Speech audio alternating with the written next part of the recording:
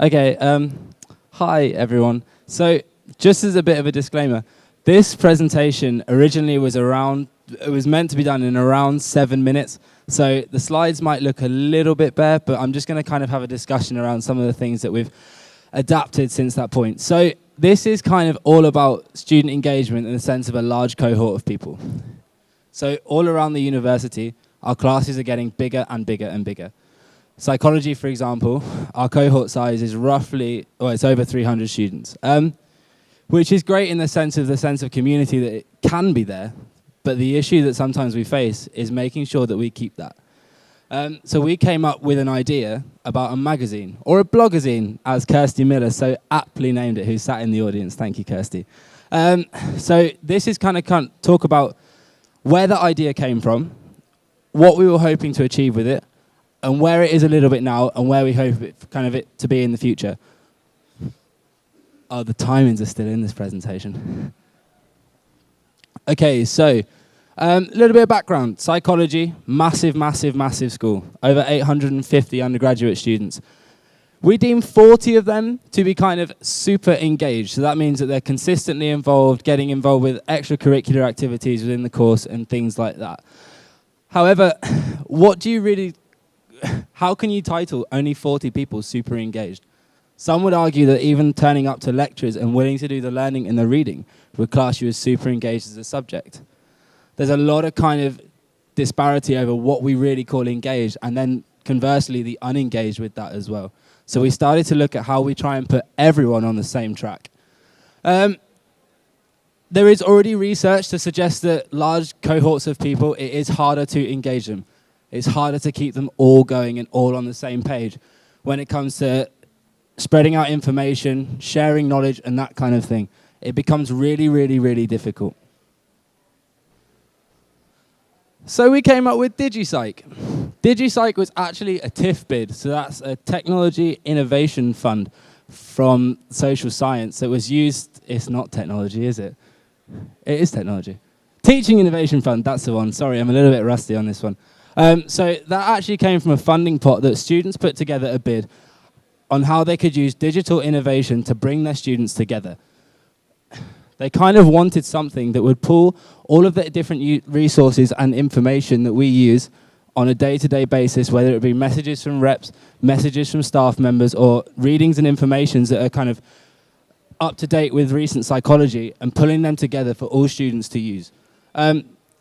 Again, we called it a blogazine because whilst it has the format of a magazine, we wanted it to be more flowing. We wanted it to be of a fluid structure where we could have different bits of information coming in and out as and when we wanted it to do so. And the best thing about it for us is it's run by students. So it's students actually sharing their knowledge with other students. So you're creating your own interpretation of everything that you're learning on a day-to-day basis. Okay, so the team, as it says, it's for the school, by the school. It's not just for students to use. It's for everyone. So whether you're a rep, whether you're a technician that has some cool new equipment that students can try out, whether you're a staff member that wants some help with a study or some research that they're doing, everyone can contribute to this magazine or blogazine. Realistically, though, we have an editorial team. So what happens is a group of students will kind of oversee this magazine and how it is run. So we have teams looking at graphic content. We have a team looking at some of the submissions from students. We even have a fact checker within the team. So with this funding that we got, we really wanted to take it seriously, as in how we were going to run this edition. From there, we've kind of quite quickly moved on. So now we've got a load of themes. So the first one is Yay Us. This is kind of celebrating all of the great stuff that psychology does. And not just psychology, but sharing good practice amongst other schools. So this is something that I have a massive focus on, is sharing good practice. I think that universities and everyone can really benefit from knowing the great stuff that's going on in the world, not just in your own little area, but elsewhere. So we wanted somewhere where we could start to share our good practice with other people. So this magazine, whilst it was purely for psychologists to read and understand what's going on, they could say, oh my goodness, this is happening, I didn't realize. So they could go and tell someone else, and then that might spread across to their community also. So it's about how we can influence different communities by sharing this information. Then we've got applying it. So applying it is taking all of these new knowledge ideas and research ideas and saying, okay, what can we do with them? How is this applicable to students? Why are students going to want to know this piece of information? So what we tend to ask for from our student submissions is that they talk about why they are sharing it, why they feel it's important for others, and what they think they can do with it. We did a really cool article and kind of tidiness in the workplace, and I think I could kind of learn from that one a little bit because myself, I was never the most organized. So I think it's not just things that are theoretical psychology research. That's actually my phone. Sorry, Andy. So it's not just kind of theoretical research, but it's organizational psychology. It's different pieces of psychology that you can use in your day-to-day life to assist you with not just learning, but anything. We've also got doing it. Kind of along the same track, it's what's actually going on within the school, what's actually happening, what events are happening, what things are moving. So it kind of wraps it all together in the sense of showing students why they can use this information, how they can apply it into their day-to-day lives, and then how they can share it with others in the School of Psychology. So we put on our welcome event, which is kind of to assist this kind of idea. It's a kind of we bring everyone together at the start of the year, get them to know everybody else and the staff members. And every year there's been more and more of a turnout, which has been absolutely fantastic. It assists with this idea of pulling back a community that's ever growing and putting a little bit of a circle around it so you can say, this is us. This is our little family. This is how we, as academics, can share information with one another. How we all as academics can learn from one another in the same place. And I think living it is just kind of combining all of those things.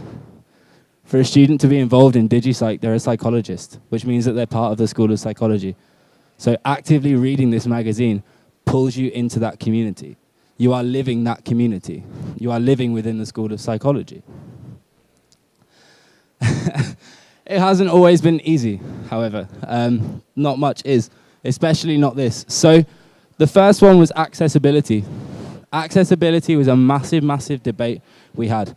What software we were going to use, whether we kept it on the 365 platform because we know all students have got it, whether we put it on a web platform that would be easier to upload to and easier to maintain. These are all questions that we kind of had to think on our feet. And to be honest, as students developing it, upon reflection, we probably could have asked for a little bit more guidance at the time to help guide that first initial movement of DigiPsych, which eventually we have. So we've now got a dedicated staff member, okay, who works with DigiPsych at all times. And she's been really fantastic in pushing that forward. So she just gives us a little bit of help around how we're going to continue to make this magazine or blogazine as best it can be. The other thing that was really difficult was initial buy-in from staff. So not only what is going to make students read this, but what is going to make staff members want to promote this? What is going to make staff members want to tell students, why don't you put that in DigiPsych? You have to have that universal buy-in. You can't create something for a whole community when you haven't got the entire community involved. It just doesn't work. It kind of goes against the whole point. So we looked at some research and decision-making from Bovo, and it showed that you need to get everyone's finger in the pie, basically. So you need to have a reason for everybody to use it. So when the students were selling it to different staff members at how they were going to get them involved, it's how would it benefit you? How can you promote what you're doing? So we promoted it to our subject librarian, Una. You can have a bulletin update in there. So you can let people know what's going on with psychology from a library perspective. From a student engagement perspective, it was looking at, okay, how are we going to keep students involved in knowing what's going on? You can provide a rep update in there. It's all different things like that, and showing how we can everyone can utilize it best for their own little community to spread it into our wider community. And then arguably the most difficult question is how do we get and keep students to be engaged with this platform? Because it's all great us releasing one copy, but we want to keep this going. We want it to be live and moving so that eventually it kind of becomes ingrained. It becomes ingrained in the school. It's not something that you kind of sign up for. It's something that you just are part of and you read it on a daily basis. It becomes just like your emails. You just check them. You just keep up to date with it. Which for us was the most difficult platform. So even the student team to lead it, how do we get them engaged? How do we get them committed? So we used some incentives, to be honest. That's what some of the funding went on. We used incentives. We used Amazon vouchers to get students initially involved and offering small prizes for people writing submissions and things like that, just to get that ball rolling just a little bit until the movement starts to pick up. Until a student reads something in there and thinks, I'd like to contribute to that. So their friends read it because their friends wrote it, and they write something, and then their friends read it because their friends wrote it. And that's how it keeps going on and on and on. So future impact. This is like way in the future impact. So from an academic perspective, I think realistically, an NSS score increase would be nice. So those questions that talk about engagement with the community, and do you feel like you're being kept up to date? You can say, yes, I know what's going on, we've got DigiPsych. We actively want students, when they read that question on there, to say, well, yeah, DigiPsych tells me that. I get all that information from DigiPsych. From a student perspective, it's improved and widespread engagement. So we already have very good student engagement within psychology. However, it's great within a concentrated area. So we want to spread that circle out. We want to get all of our students to be on the same platform, in the same manner, and have the same trail of thought, while sharing their own interpretations of what's going on. And then realistically, diversifying that engagement. So talking to different groups of people that we normally wouldn't get information from. Finding out what their experience in psychology is, because it's all great asking that same group of 40 students, but we need to start asking the other 1,000 students that we've got on the course as well. So that's what this hopes to achieve. And that's kind of it from me. Thank you very much.